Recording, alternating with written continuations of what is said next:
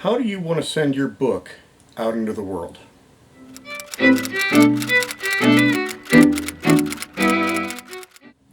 Hi, welcome to WriterQuest.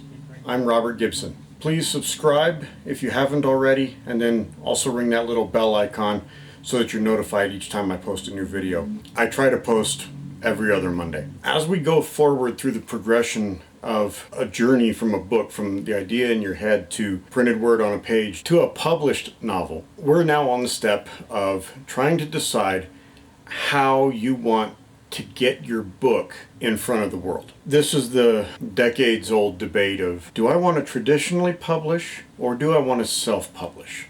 And which one is really better? Traditional publishing and self-publishing are the two primary ways to publish your book. I am personally choosing to traditionally publish my book, but before we get into that, let's kind of talk a little bit about what each kind of publishing is. Traditional publishing is, well, traditional. It's sending your book off to an agent and getting them to accept it and then having them send that off to a big publishing house, HarperCollins, Penguin, Random House, Simon Schuster, all of those kind of things. They're the ones that publish your book. Traditional publishing is what most people think of when you tell them that you're going to write a book. They're going to think that it's going to be a book that gets published by a named publisher and put into bookstores around the country, that they'll be able to walk into a Barnes & Noble and find your book. Traditional publishing is the way we've always done it. It's not really, but for the last 100 so years it definitely is. Basically what this entails is you write your book, you then query an agent, you send off requests for representation, an agent accepts your book and submits it to these publishers for publication. Why would you want to do that? One is definitely visibility. You have a much easier time getting your book into bookstores through traditional publishing than you do in self-publishing. They also handle a large amount of the work that goes into publishing a novel. They usually will hook you up with an editor so that you don't have to pay for an editor, though like I said, I still think you should. If you have more questions on that, you can look up one of my previous videos on editing. But they handle the editor. They handle the typesetting. They handle the formatting. They get it set up for print. They get it set up for e-format so that you can put it on Kindles and Nooks and other e-readers. And they do all of that work. And they do a good amount of the marketing for your book as well, though they generally don't do all of it.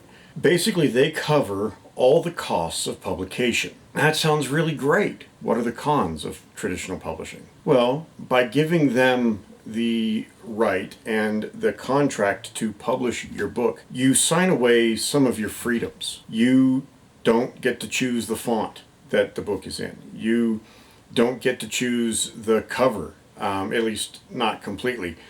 You don't have full say in those kind of things. Generally what happens with their cover artists is they have cover artists and things like that, and they're going to send it off to them and they're going to give you a selection of 3, maybe 5 covers and say, pick one. You don't get to say none of them. You pretty much have to pick one of their choices. They are getting to kind of decide what your book is going to look like. In some ways that's good. They know what sells, they know what's sold in this genre in the past, they've done the research, they've got that. But as a negative, you might not like their covers very much. But you do give away some of that freedom. You also theoretically cannot make as much money through traditional publishing as you do through self-publishing, although the numbers are skewed. It's hard to say exactly which one your book might be better for, but by them publishing, let's say your book sells for $19.99 in hardback. You're not making $20 a book, although I don't think anybody really believes they're getting every penny from that. In traditional publishing, they're making quite a bit more. I've heard the numbers, and I'm not 100% sure of them, but so I'm not going to quote them here. I don't want to give you guys the wrong numbers here. They make more money than you do. They have to cover their printing costs. They have to cover their employees. So you won't make as much on each individual book through traditional publishing as you would through self-publishing. So traditional publishing, they handle all the expenses that come with publishing your book. The trade-off is you make less money and you have less creative freedom over your book. They have a large amount of say in what your book looks like and what formats it's going to be available in. And it also can take a very long time. Generally through traditional publishing, from the time your book is accepted by a publisher, not an agent, accepted by a publisher, it can take an average of 2 years before your book actually sees bookstore shelves. Through that time is the revising, everything that goes into marketing the book, then building up a campaign, things like that. And like I said, they cover most of the marketing, but they don't cover all of it. You still have to do some of your own. The advance that a traditional publisher will send you, some of that should be kept back for yourself to pay for some of your own marketing, to do other little things, maybe giving away bookmarks, maybe setting up book signings at bookstores or whatever. Some of those can be done by your publisher. A lot of that's done by you. That's the pros and cons of traditional publishing. You do less work, you do less marketing, but you also make less money. Self-publishing. 20 years ago, we wouldn't be talking about self-publishing as an option. It was out there, people could do it, but it was a very niche publishing phenomenon. People would put a book into that, and they were usually books that the people just wanted to have a published book. They wanted to have a book they'd written in their hands. Today we call a lot of that vanity pressing. Self-publishing 20 years ago almost didn't exist. You could do it, but it was not what it is today. And some of the advice that I've heard online is still dealing with self-publishing like it was 20 years ago. It's not anymore. Self-publishing is a huge industry, and it is a very viable way for an author to sell their book. Don't let anybody talk down to you because you self-publish. It's a business model. Just like traditional publishing isn't going to work for everybody, neither is self-publishing. Self-publishing is exactly what it sounds like. You're publishing your book yourself. You usually use a service to actually print the books, but you find your own editor. You find your own cover artist. You talk to your typesetter. You figure out the format. It all comes back through you. Basically, when you're self-publishing, you are the CEO of your writing. You control every aspect of it. You have complete freedom to make your book look however you want, to put whatever size type you want, to put it in hardback, trade paper, mass paper, whatever it may be.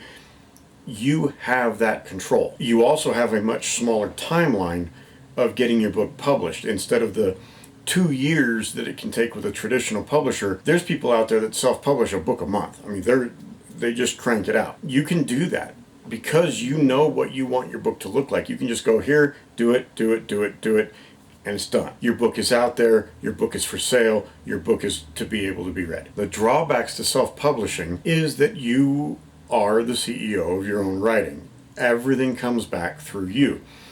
And I'm not just talking about approvals. The money comes from you as well. Self-publishing isn't free. You have to pay. There's ways to do it cheaper than others. As with anything, you have to be careful because sometimes you really get what you pay for. You pay for a cheap editor, you pay for a cheap cover artist, you pay for cheap printing, you're probably going to end up with a cheap book. Sometimes you can find great bargains and great deals, but as a general rule of thumb, you get what you pay for. And self-publishing is not cheap. The average self-published author spends $1,500 to $5,000 to get their book on the shelves. And that's just to get it published and out there in like the first 100 copies or whatever it may be for you. Then on top of the publishing cost, so you pay for your own editor, you pay for your cover artist, you pay for all that, you pay to get it printed, you pay per copy of the printing. You also have to do all your own marketing. You have to go to the bookstores and you have to sell yourself to the bookstores to give them a book signing or to get them to put your book in the bookstores. A lot of self-published authors have a hard time getting their books into bookstores because the way bookstores order books is they get a big catalog from whoever they order from, and they kind of pick and choose from the catalog. Well, a self-published author is not in that catalog, so you have to sell it yourself. You also have a hard time getting put into libraries for the same reason. If you want your book in the library, it's sometimes better to go traditional publishing. Those are the drawbacks on it. However, the positives for some people very much outweigh that. You can publish quickly. You can put out as many books as you want, as you think are ready. You also get 70 to 80% of the profit on your book. You have to give out some because the printer, the service you use for printing, whatever, they all charge you a fee, but it's usually pretty small. And therefore, anytime you sell a book, you get the money. Even if your book is selling for $5 a book, if you're making $4.50 of that versus my book is selling for $19 and I'm making $2 of that, again, I don't know the money, I'm just using that as an example, you're making more per copy on your self-published book. That is 100%, there's no model where that really changes. You make more money per copy by self-publishing. But because you're self-published, you don't have the promotion machine of a traditional publisher behind you.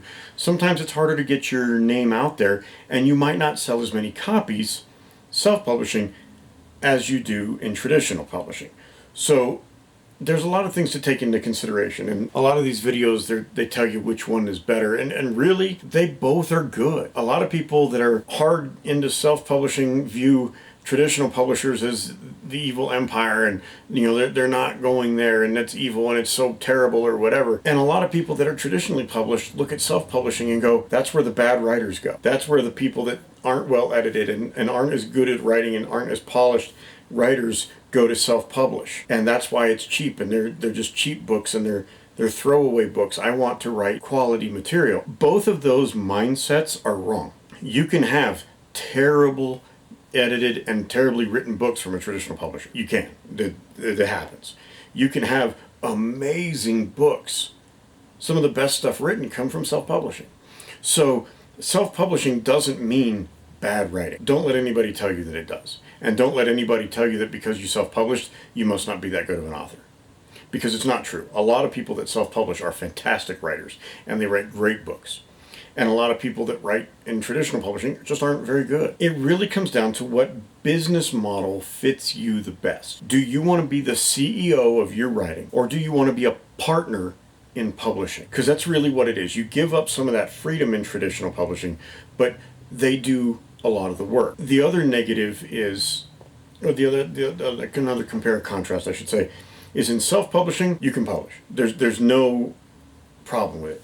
Your competition in self-publishing is any other author who's currently published. There's a lot of them, but that's your competition. In traditional publishing, you have a competition with a lot of people that haven't gotten published yet to just find an agent.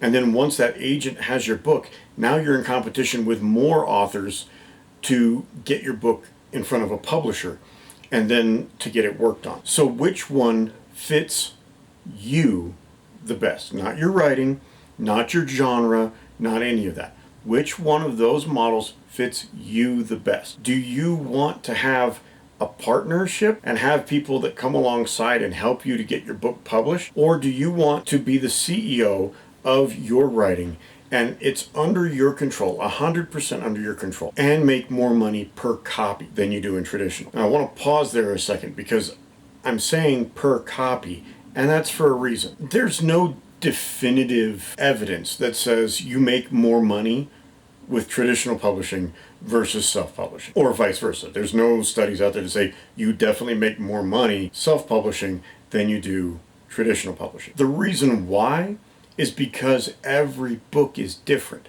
even from the same author. You might sell 100 copies self-publishing, but sell 1,500 copies in traditional publishing. Though at 1,500 copies, traditional publishing probably won't even touch you. They want more marketability than that. But the point is, the volume is different. And it doesn't matter if you're traditionally published or self-published, because you have no idea. Even when you write it and you think you might have a great book or you think your book is terrible, there's no way to know how many copies your book is going to sell. For example, when J.K. Rowling wrote the Harry Potter books, she might have known they were good. The publisher might have known they might have had something. But at the same time, nobody had any idea how popular that book series was going to be. Nobody could have predicted that. No book had ever done that. They didn't know. Christopher Paolini, Brandon Sanderson, James Patterson, Patrick Rothfuss, George R.R. Martin, these guys that are all the big names, even from title to title, there's no way to predict what you're going to sell.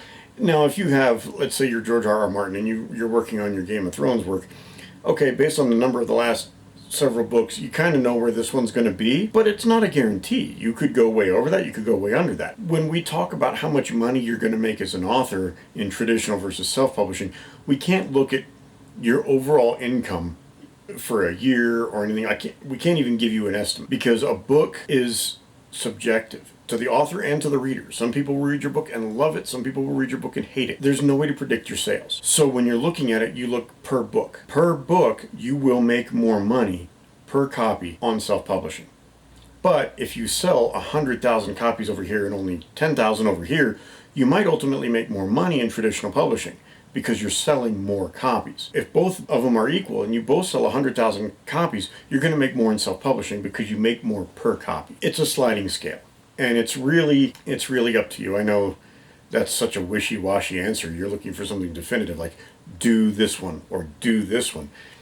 But really, I can't tell you what to do with your book. It's your book. For me, I'm going traditional publishing. It fits my life better than self-publishing. I want to be a successful author. I want to be a published author. I want to have that, but I have a full-time job. I have a family. I have volunteer work that I do with my church. I'm the youth leader at my church, and I'm a deacon at my church, and there's so many other things and other parts of my life that pull me around, that in order to really be successful at self-publishing, I don't have the time or the energy or the money to do that in a successful way. It doesn't fit with where I'm at. And it may for you. You may have the money to pay for the publishing and then the time to be your own salesman. I don't. I have some time for that if I needed to, working with a publisher where I can do that. But if it was all on me, my book is going to tank. I can't get all that done. So I'm going with traditional publishing, because they do a lot of that work. They handle the editing, they handle the cover, they handle the printing, they handle how many copies it's going to be, they handle a portion of the marketing, and they give you help through the marketing as well. So, and then I'd work with an agent, and I could, I want that partnership. I want those people to work with that can help me become successful in the industry that way. So for my life, where I'm at, what I want to do with my book, traditional publishing fits me better. But that's me. It may not fit you. Maybe that CEO, entrepreneur mindset is you. And in that case, the self-publishing is probably going to be an amazing deal for you. So I'm not going to tell you, I can't tell you definitively that you should do traditional or you should do self-publishing. It's up to you. It's up to the author. And sometimes it's up to the book. There's several of the big name authors that they're on traditional publishing, but there's a few books that they self-publish in the process. They do that as well. They don't query that. They don't send that out. They say, okay, this one's going to be self-published. You can do a hybrid. You can do both. Traditional and self-publishing are both valuable and viable ways to publish your book. It all depends on you, the author, and the book itself, which one of those models fits you the best. I'm Robert Gibson. Thanks for watching. As we go forward through the progression of a journey from a book, from the idea in your head to printed word on a page to a publicated novel.